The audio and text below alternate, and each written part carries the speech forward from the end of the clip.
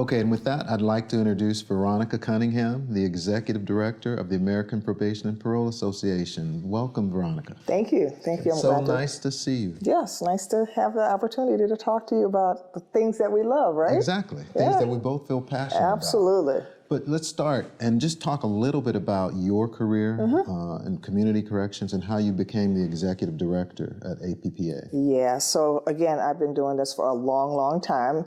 Didn't plan to do this when I went to college. I actually wanted to be a journalist, Really? or I am probably embarrassed to say this, but an actor. My parents says, oh no, you have to be a nurse or a teacher or a lawyer or something like that. So when I was in school, I actually didn't determine I was going to major in criminal justice until my junior year. My roommate was a criminal justice major. I was just taking classes, just doing stuff. And so the light bulb went off. She was talking about what she planned to do with it, helping people when they get out of jail and all those types of things. She wanted to be a parole officer or probation officer. And I started taking some classes and just kind of stuck and ended up getting my master's in it as well. And so after my career, my actual first job was in the sheriff's department. Okay. And after 9 months of hearing the doors close, and I said, well, I don't know, maybe this is the part of the justice system I want to work in. So I moved over I'm from New Orleans originally, so in the state of Louisiana, probation and parole are combined. So I worked as a probation and parole officer there for a couple of years. Got married. My husband lived in Texas, so I drew the short straw. I had to move to Texas. And then I worked in the parole system in Texas for close to 20 years, about 18, 19 years. Okay. And started as a PO and worked my way up to lead a department of about 2,400 employees as the director. That's impressive. Yeah. So how did you go from there? Well, even before you do that, I have to tell you, I had a similar background. I majored in psychology, and my roommate was also taking criminal justice, and we had a conversation, and I did the switch just like you did. That's funny. That is interesting. Yeah. So yeah, from Texas, I actually went to, I was visiting a relative, that was a long story, but anyway, I ended up taking the position of the Cook County probation chief. Okay. Just visiting while I was still working in Texas. And so I did that for about 6 years. And then I thought I was retiring. And APPA, I attended the training institute, I think it was in Los Angeles. Okay, I remember that. And that's when the previous executive director announced his retirement. Right. And folks were saying, well, Veronica, what are you doing now? I heard you retired. I said, yeah, what are you doing? Just enjoying life, you know? He says, no, that job has your name all over it. It's like, no, it doesn't. That job's in Lexington, Kentucky. I've never been to Kentucky. Don't plan to go to Kentucky. Well, I went to Kentucky. So yeah, I've been at APPA now for 8 years. Wait. It's been 8 years? It's been this month, actually. 8 years this month, yes. Yep, time flies when you're having fun. And of course, I was in the office in Kentucky until the pandemic. Okay. And once the pandemic happened, of course, everybody went remote. And 2 years in, I did an assessment of the situation. I said, you know what, this is working well. Staff's doing what they need to do. And so, yeah, we remain remote. So now we have employees all over the country.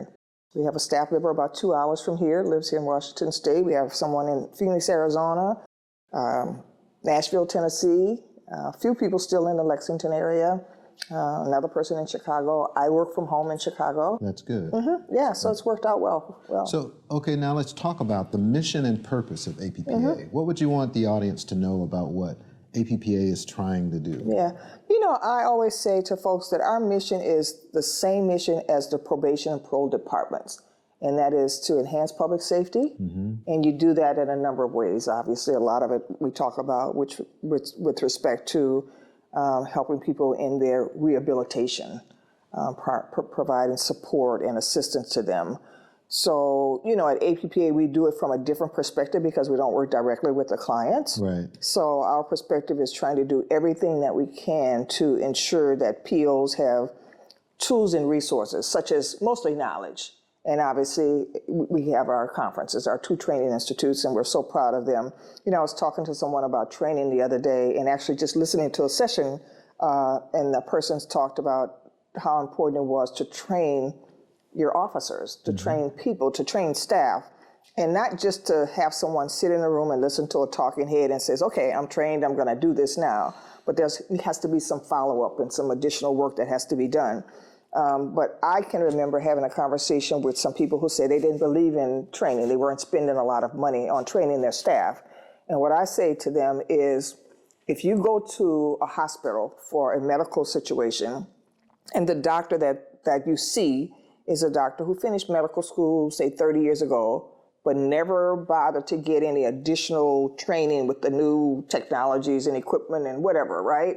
Would you really want that doctor to, to be your primary physician? No. I think that's a great analogy because when I was working, obviously as a chief, I used to come to APPA for exactly the reason that you're describing, because I also believed in training. And I actually used to use a similar analogy with my staff. What I would say is, what industry do you know that doesn't invest in and try to stay abreast of the latest technologies, of the latest practices?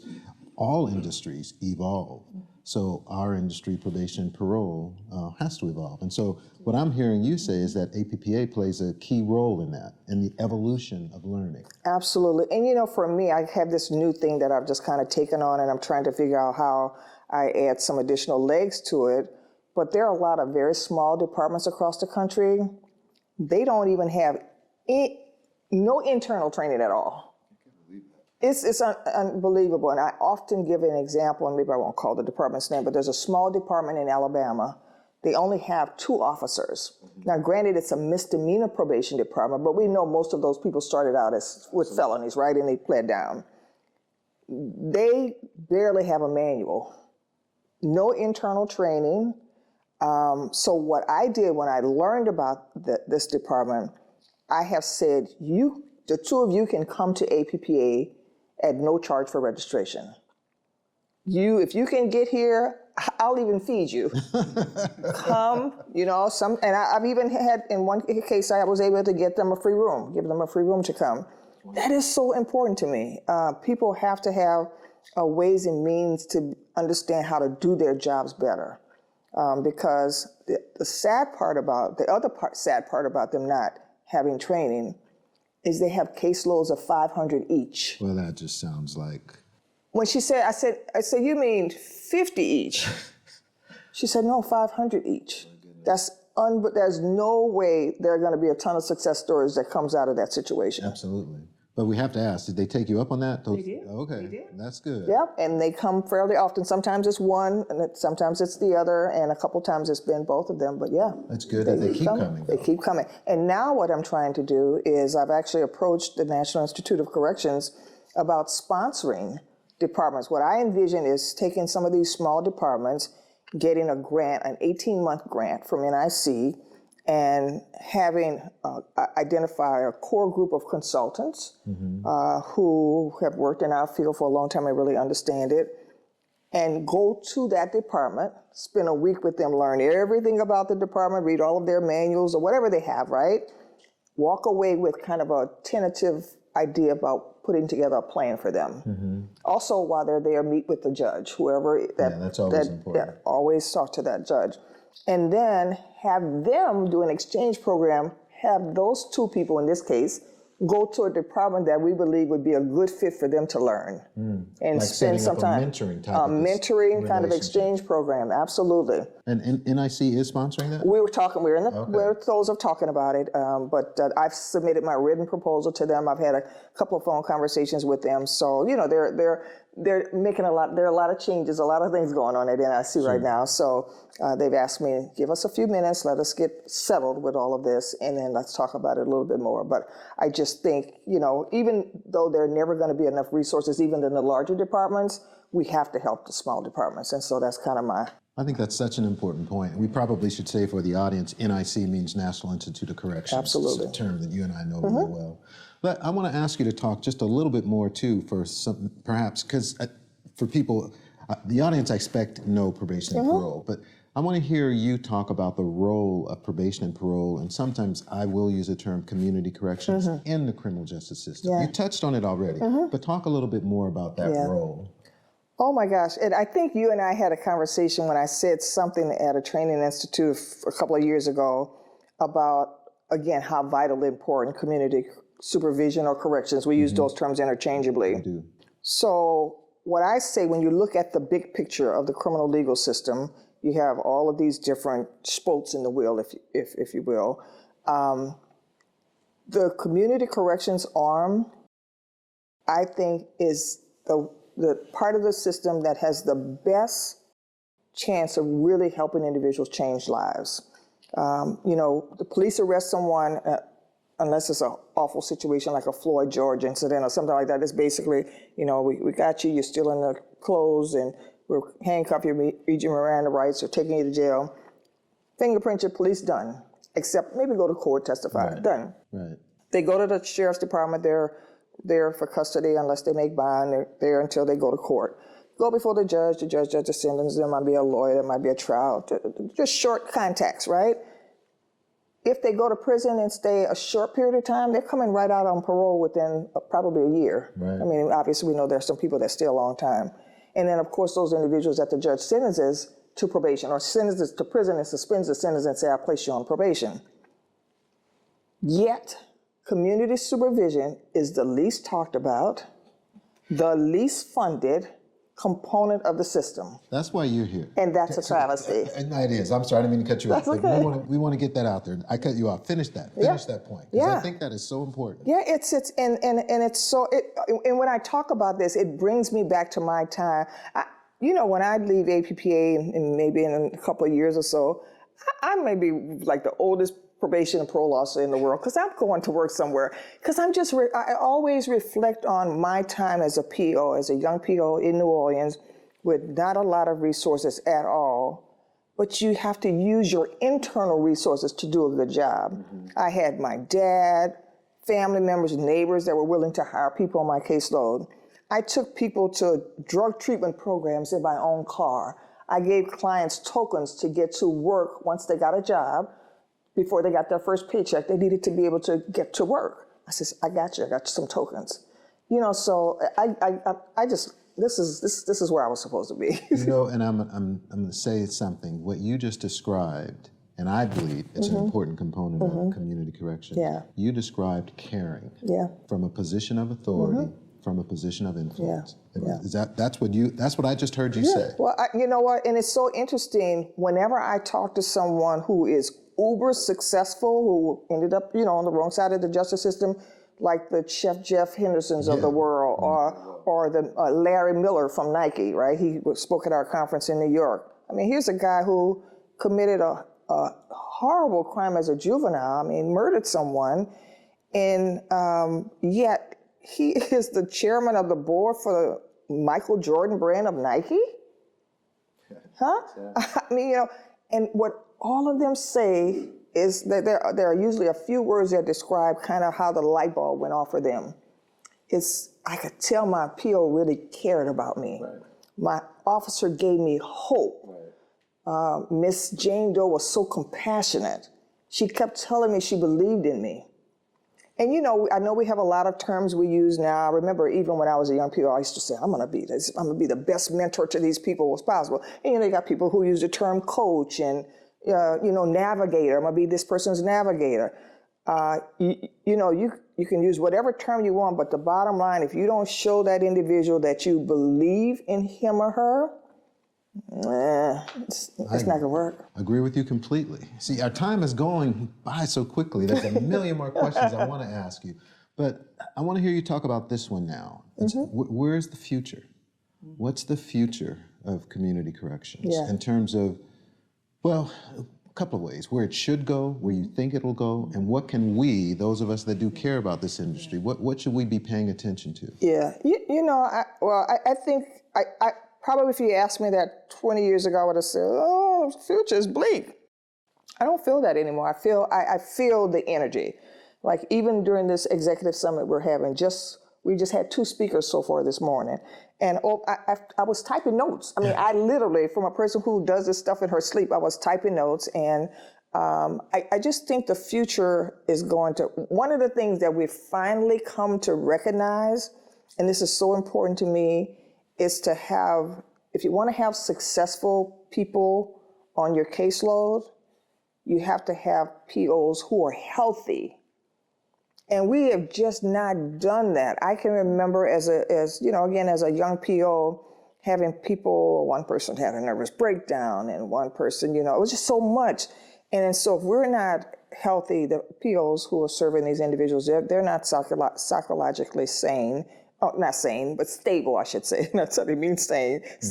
If they're not psychologically healthy, they're not going to be able to pass on good energy and support to the people that they're responsible for. So that's one thing that I see in terms of the future of supervision. Glenn Tapia talked about that this morning and talking about how important it is for officers to have support that they need, and that he was bringing in clinicians into his department to help his staff. And so I think that's one thing. And I think that I know when I worked in Texas, for example, things got so difficult with hiring that we just hired anybody. You could have a liberal arts degree, or you could be an artist, a media person, and you could come and work, and they'd start you and you'd do the same thing as everybody else. I think that the field is starting to really recognize that you have to have people who maybe don't understand the business completely, but have an affinity to the business and believe in second chances. So a lot of where we're going to go in the future is going to depend on the types of people we bring on board. We've got to do a better job with hiring, and then we've got to do a better job with not only the hiring and recruitment, but doing the things that are necessary to retain people. So the big buzzword nowadays, and again, it was just mentioned by Glenn, is culture. Culture. As a matter of fact, at APPA, we're almost at the end of it, we're creating a 3-module course called Cultural Humility in Community Corrections. And we're gonna actually do like a little it's an e-learning course, and we're gonna just do a little mini show of it here in Seattle. But I see a more recognition that we need to do things differently, such as we revoke so many people on technical violations. We have to stop that. I've been fortunate to be a part of the Reducing Revocation Challenge funded by Arnold. And they initially selected, I think it was like 20 departments across the country, and I think now it's down to like 8 that are in the second phase. But looking for ways to not revoke all of these people because they didn't report or whatever, or even better yet, I love what they're doing in Maricopa County, for example. Mike Semino. Yeah. So now, instead of a positive UA meaning, strike 3 or whatever strike it might be, it's instead a call to action. They've actually drafted some legislation that says you do not revoke a person on, I don't know what number it is, I don't know if it's second, third, fourth positive UA, but instead you immediately determine what support that person needs. Do they need to go into an inpatient substance abuse treatment program, et cetera, et cetera. So I think people's acknowledgement that we can't continue to do what we've always done, expecting a different result, that's the thing that's hopeful for me in terms of the future. And I'm starting to see the leaders, such as the 70 or 80 that are in that room downstairs, recognize that they have to do different things and they have to push the envelope a little bit more. And I will say that one of the things, I know we'll never have enough resources, right? That just never will be. But I think people are also now realizing that you take what you have and you learn to be a little bit more creative with it, right?